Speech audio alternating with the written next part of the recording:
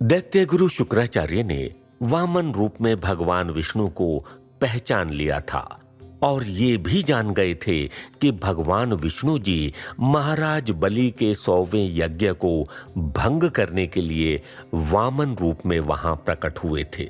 इसीलिए महाराज बलि को वामन देव को दान देने के संकल्प को लेने से रोकने के लिए शुक्राचार्य ने सूक्ष्म रूप धारण करके वामन देव के कमंडल के मुहाने पर आकर बैठ गए थे ताकि कमंडल से जल बाहर ना निकल पाए।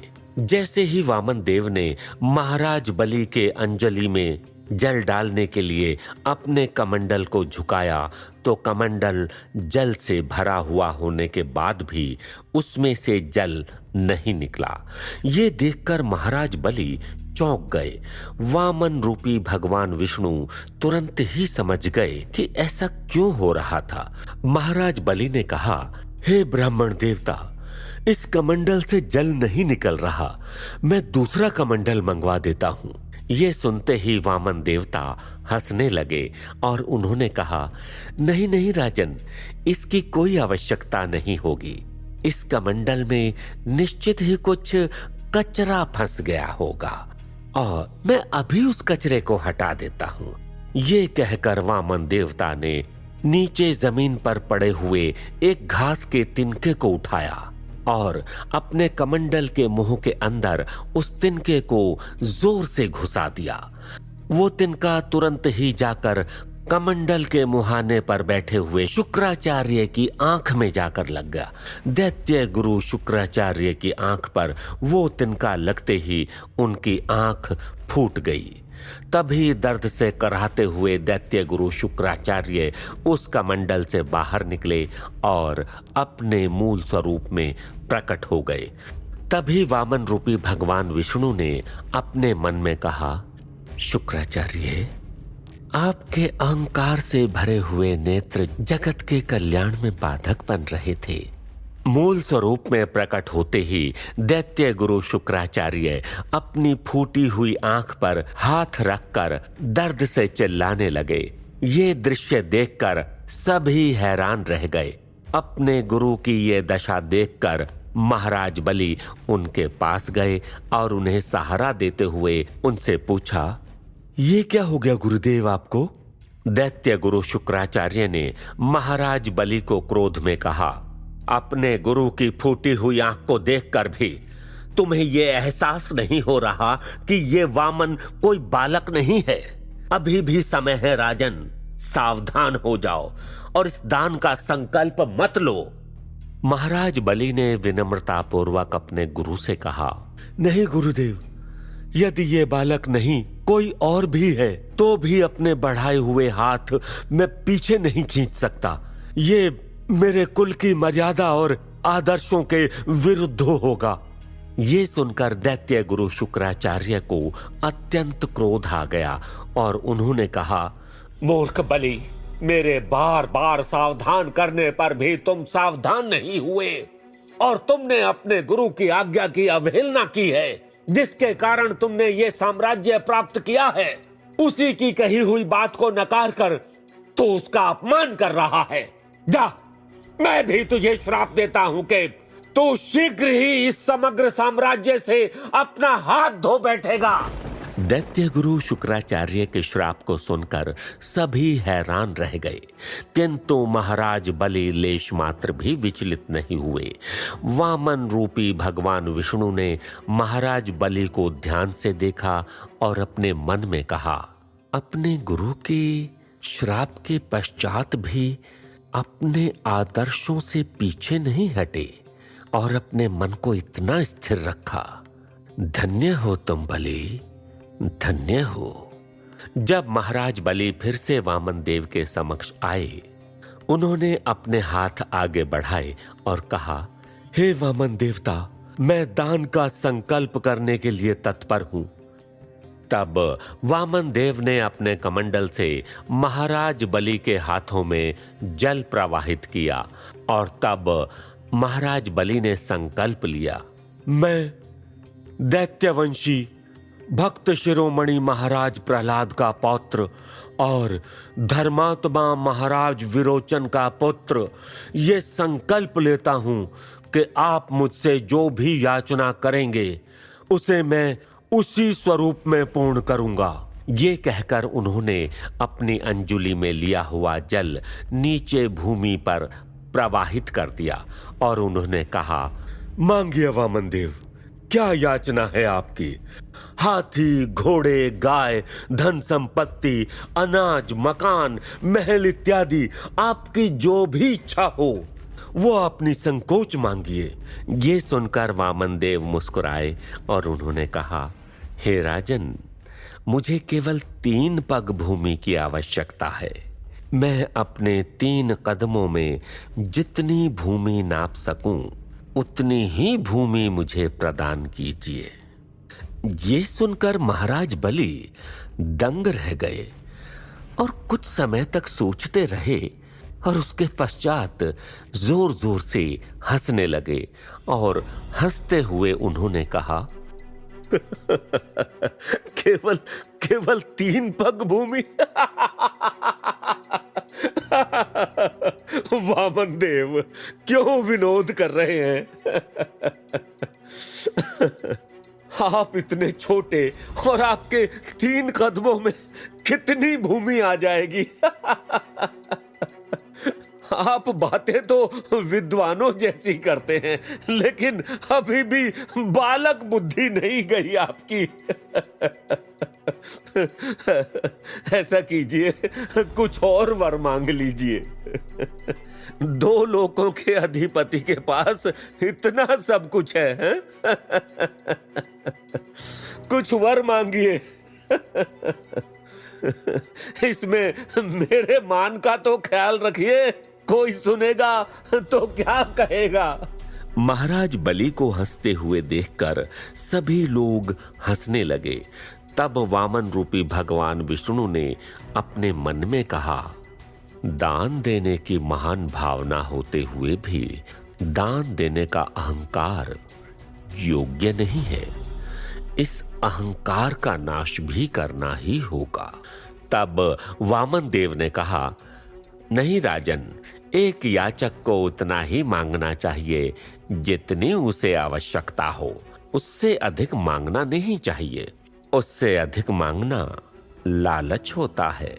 अतः हे राजन, मुझे केवल 3 पग भूमि प्रदान कीजिए। ये सुनकर महाराज बलि को आश्चर्य हुआ और उन्होंने हंसते हुए कहा, यदि आपकी यही आवश्यकता है तो लीजिए, अपने इन नन्हे नन्हे कदमों से भूमि नाप लीजिए। चलिए, अपने 3 कदमों से भूमि को नाप लीजिए। तब मुख मुद्रा गंभीर हो गई। उन्होंने कहा, सावधान महाराज बलि, मैं अपने 3 कदमों से भूमि नाप रहा हूं। ये कहते ही वामन देव ने अपना कद बढ़ाना शुरू किया। ये देखते ही महाराज बलि सहित सभी लोग हैरान रह गए। देखते ही देखते वामन देव का आकार अति विराट होना शुरू हो गया। वामन देव का आकार आकाश तक पहुंचने लगा और अभी भी उनका कद बढ़ता जा रहा था। महाराज बलि की आंखें फटी की फटी रह गईं। उनके आसपास सभी लोग हाहाकार मचाने लगे।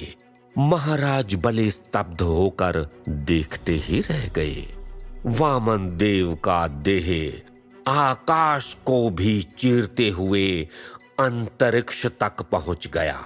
वामन देव का इतना विराट स्वरूप देखकर सभी देवता भी वहां प्रकट हो गए और हाथ जोड़कर उनके इस स्वरूप के दर्शन करने लगे।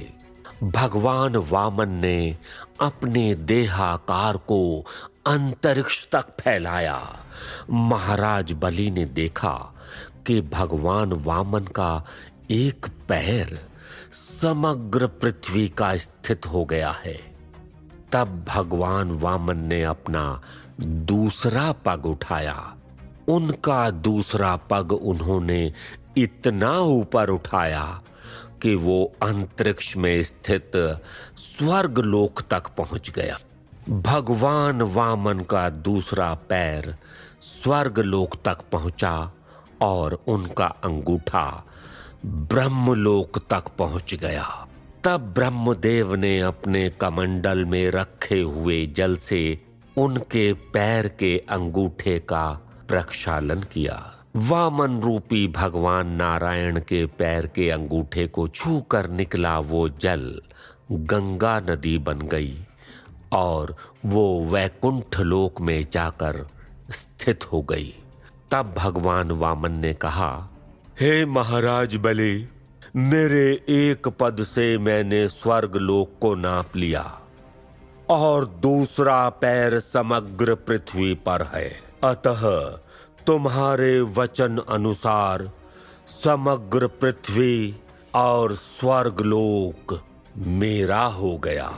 अब तीसरा पैर रखने के लिए मेरे पास कोई स्थान शेष नहीं बचा। तुम्हारा वचन मिथ्या हो गया। ये दिव्य स्वरूप और दृश्य देखकर महाराज बलि को अपनी भूल का एहसास हुआ और उन्हें ये जानने में देर नहीं लगी कि वो वामन देवता और कोई नहीं बल्कि स्वयं भगवान नारायण थे। महाराज बलि का अहंकार टूट गया और उनकी आंखों में आंसू छलकने लगे। उन्होंने अपने दोनों हाथों को जोड़कर कहा, हे त्रिलोकीनाथ, मेरा अहंकार नष्ट हो गया है। मेरे दो लोकों के अधिपति होने का अभिमान आपने नष्ट कर दिया है। हे सर्वेश्वर, हे जगतपते, मुझे क्षमा कर दीजिए। अहंकार में आकर मैंने आपका अपमान कर दिया। मुझे क्षमा कर दीजिए। मेरे पास निश्चित ही अब कुछ भी शेष नहीं रहा सिवाय अपने शीश के। इस अहंकार और दुर्बुद्धि से भरे हुए शेष पर अपना तीसरा कदम भी रख दीजिए और मेरे वचन को मिथ्या होने से बचा लीजिए भगवान। ये कहकर महाराज बलि ने अपना शीश नीचे झुका दिया। तब भगवान वामन ने अपना तीसरा पग महाराज बलि के मस्तक पर रख दिया। भगवान वामन का ये स्वरूप त्रिविक्रम कहलाया। इस स्वरूप को देखकर सभी देवताओं ने नाद किया, त्रिविक्रम स्वरूप भगवान वामन की जय। तब भगवान वामन ने महाराज बलि के शीश पर अपना पग रखते हुए कहा, अब तुम भी हमारे हुए महाराज बले। अब आपके पास आपका अपना कुछ भी शेष नहीं बचा। महाराज बलि की पुत्री रत्नमाला ये देखकर क्रोधित हो गई और जहां पर थोड़ी देर पहले वामन के स्वरूप को देखकर उसे छाती से लगाकर दूध पिलाने की भावना की थी, अब उसके मन की ये भावना दूषित हो गई और उसने अपने मन में कहा, इसने मेरे पिता का सब कुछ छीन लिया। मन तो कर रहा है कि ऐसे बालक को अपनी छाती से दूध पिलाते समय उसी में विष मिलाकर इसे पिला दूं। रत्नमाला की ये भावना भी भगवान वामन ने भांप ली और उन्होंने उसकी इस भावना को भी तथास्तु कहकर आशीर्वाद दिया और कहा, मेरे कृष्णावतार में तुम पूतना राक्षसी बनकर मुझे दूध पिलाओगी और उस दूध में विष होगा और इसी प्रकार मुझे दूध और विष पिलाने की तुम्हारी भावना एक साथ पूरी होगी और उसी पूतना के जन्म में मैं तुम्हें मुक्ति प्रदान करूंगा। तभी भगवान वामन ने अपना त्रिविक्रम स्वरूप समाप्त कर दिया और अपने मूल चतुर्भुज स्वरूप धारण करके महाराज बलि को कहा, महाराज बलि, आज आपका रहा हुआ अहंकार भी समाप्त हुआ। आप संपूर्णतः शुद्ध हो गए।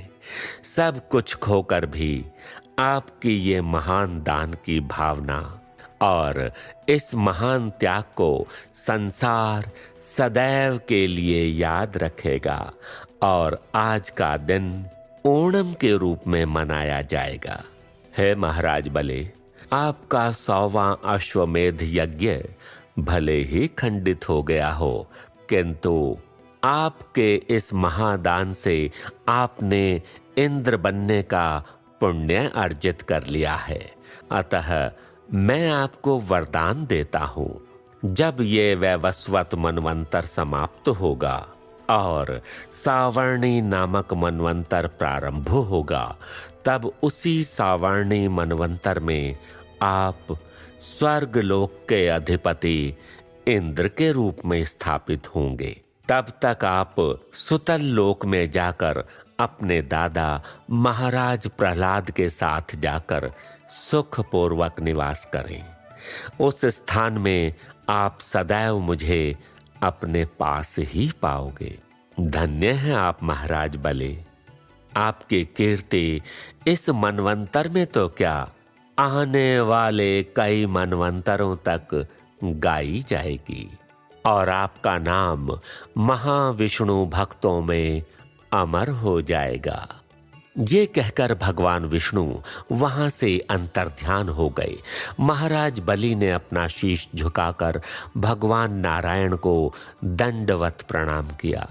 चारों तरफ महाराज बलि और भगवान विष्णु की जय जयकार गूंजने लगी। इंद्र सहित सभी देवता भी निश्चिंत हुए। भगवान विष्णु के आदेशानुसार महाराज बलि सुतल लोक में जाकर निवास करने लगे। वैकुंठ लोक में माता लक्ष्मी ने भगवान विष्णु से कहा, भगवान आप धन्य हैं और आपकी लीला भी धन्य है। आपके इस अवतार में आपने देवताओं को भी अभय दान दिया और महाराज बलि को भी भविष्य में श्रेष्ठ पद प्रदान कर दिया। अब देवता सुखपूर्वक निश्चिंत होकर राज्य कर सकेंगे। तब भगवान विष्णु ने मुस्कुराते हुए कहा, देवी, सुख और दुख बाह्य परिस्थिति नहीं अपितु मानसिक स्थिति है। अतः ये सुख देवताओं के भाग्य में, आपके भाग्य में कब तक रहेगा, वो देवताओं पर और आप पर निर्भर करता है। भगवान विष्णु के ये वचन सुनकर माता लक्ष्मी चिंतित हो गईं, क्योंकि वो जानती थीं कि भगवान विष्णु कभी भी बिना कारण कुछ नहीं कहते थे। अब भविष्य में क्या होने वाला था, इसकी चिंता माता लक्ष्मी को सताने लगी। आखिर क्या होने वाला है भविष्य में, जिसका संकेत भगवान विष्णु दे रहे थे? ऐसा क्या होने वाला था जिससे माता लक्ष्मी और देवताओं का सुख चैन नष्ट होने वाला था? परिस्थिति ऐसा कौन सा मोड़ लेने वाली थी जिससे तीनों लोकों में हाहाकार मचने वाला था? जानने के लिए सुनते रहिए मोक्षदायिनी कथा श्री विष्णु पुराण की, ओनली ऑन पॉकेट FM।